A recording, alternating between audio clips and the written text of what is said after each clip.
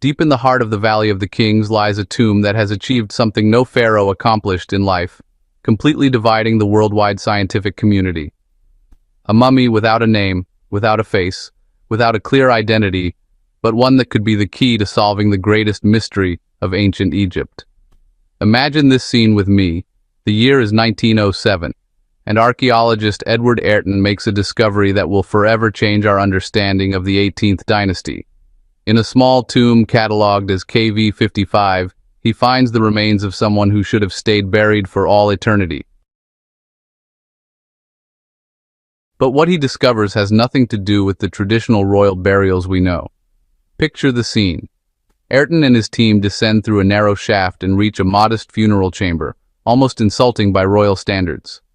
There's no gold, no dazzling treasures, no walls decorated with texts from the Book of the Dead. Only a gilded wooden coffin and a handful of objects that seem to have been placed there in haste, almost as if someone wanted to quickly dispose of a problem. But here's where the story becomes truly fascinating. The coffin has something strange. The royal cartouche has been violently torn away. Someone at some point in history deliberately decided to erase the identity of whoever lay inside. According to archaeologists from the Supreme Council of Antiquities of Egypt, this act of damnatio memoriae, or condemnation of memory, was a practice reserved for those who had fallen into absolute disgrace. When they finally open the coffin, they find something that leaves them speechless. The remains are in terrible condition, but not from the passage of time. The mummy has been deliberately desecrated. The face is destroyed, the arms have been torn off, and the entire body shows signs of having been manipulated with fury. It's as if someone wanted to ensure that this person not only died, but was completely eliminated from history. The first analyses reveal something equally disconcerting. Among the few objects found in the tomb, there are elements that connect directly with Amarna, the mysterious city built by Akhenaten, the heretic pharaoh who revolutionized Egyptian religion. Field research conducted by teams from the Egyptian Museum in Cairo has documented that these objects not only come from Amarna, but belonged specifically to the most intimate royal circle.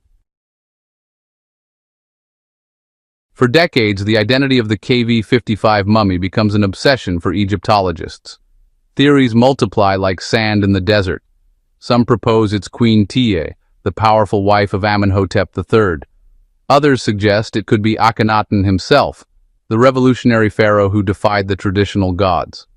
And a third current defends that it's Smenkhkare, the mysterious successor of Akhenaten, about whom we know very little. But in the year 2010, something happens that completely changes the landscape. An international team of scientists decides to apply the most advanced DNA analysis techniques to the remains. Studies published in specialized journals reveal results no one expected. The KV55 mummy is definitely a man, son of Amenhotep III and Tiye, and biological father of Tutankhamun. This discovery should have closed the debate, but in reality it intensifies it brutally.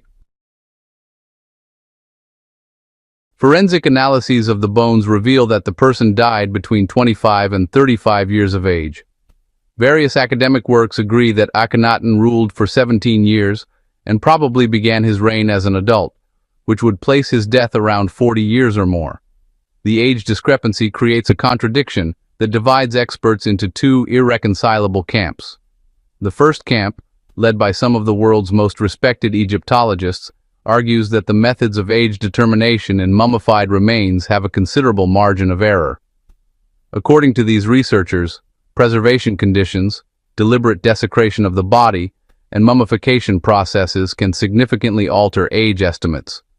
For them, the KV55 mummy is clearly Akhenaten, and any age discrepancy is explained by the limitations of forensic science applied to remains 3,300 years old. The second camp, equally grounded in scientific evidence, maintains that the estimated age is just too young for Akhenaten, and proposes a fascinating alternative, Smenkhkare. This mysterious character appears briefly in historical records as co-regent of Akhenaten during the last years of his reign. Some Egyptologists based on ceramic and stratigraphic analysis, propose that Smenkhkare could have been a younger brother of Akhenaten, which would explain both Tutankhamun's paternity and the mummy's estimated age. The controversy intensifies when the objects found in the tomb are analyzed. The coffin originally belonged to a woman from the Amarna court, possibly even one of Akhenaten's daughters. This suggests the burial was carried out in great haste, using any available materials. The reuse of a female coffin to bury a pharaoh is practically unheard of in Egyptian history, and honestly, speaks of extraordinary circumstances. There are hieroglyphic records that point toward a systematic purge of everything related to the Amarna period during later reigns. Tutankhamun, initially called Tutankhaten, changed his name to distance himself from Aten, Akhenaten's sole god. His successor Ai and later Horemheb methodically dedicated themselves to erasing any trace of Amarna's religious revolution. In this context of historical persecution, the state of the KV55 mummy acquires a much more sinister meaning. The deliberate desecration, the removal of the name from the coffin, and the hasty burial suggest that this person not only died, but was the victim of systematic posthumous revenge. The most recent analyses have revealed additional details that further complicate the mystery. The mummy shows signs of having been moved several times before arriving at KV55. Research conducted by international universities has documented that some of the bandages used in mummification are not contemporary with the Amarna period, suggesting the body was re-mummified at some later point. This evidence supports the theory that the remains were secretly transferred from Amarna when the city was abandoned. What makes this mystery particularly fascinating is that each new technology applied to the case, instead of clarifying the mummy's identity, seems to generate more questions than answers. Isotope analyses have revealed that the person lived mainly in northern Egypt, consistent with both Amarna and Memphis. Dental studies suggest a rich royal diet, but also signs of nutritional stress toward the end of life. The last decade has seen the emergence of increasingly sophisticated technologies applied to the KV55 case. Facial reconstruction techniques have attempted to give this nameless mummy a face, but, the results have been pretty contradictory. Some studies suggest facial features similar to artistic representations of Akhenaten, while others point toward more conventional traits.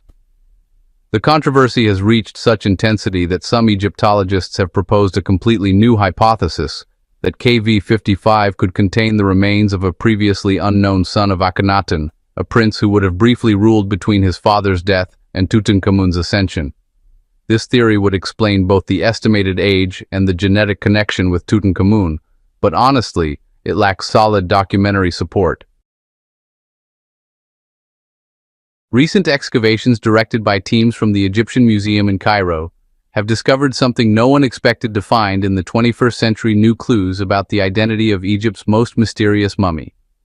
In a series of analyses conducted over the last 5 years, scientists have applied state-of-the-art computerized tomography techniques that have revealed details hidden for more than 100 years. The scanners have shown that under the deteriorated bandages, remains of microscopic golden amulets are preserved, embedded between the linen layers. These tiny objects, invisible to the human eye, carry inscriptions that connect directly with the most turbulent period of Egyptian history. What's most surprising is that some of these amulets show a manufacturing technique that was only used during 3 specific years of Akhenaten's reign. Field research conducted by teams from the Egyptian Museum in Cairo and international universities has documented that the mummification process of these remains followed a very specific protocol. Unlike traditional royal mummies where all internal organs were extracted, in this case the heart was deliberately preserved, but the brain was removed in a particularly aggressive manner.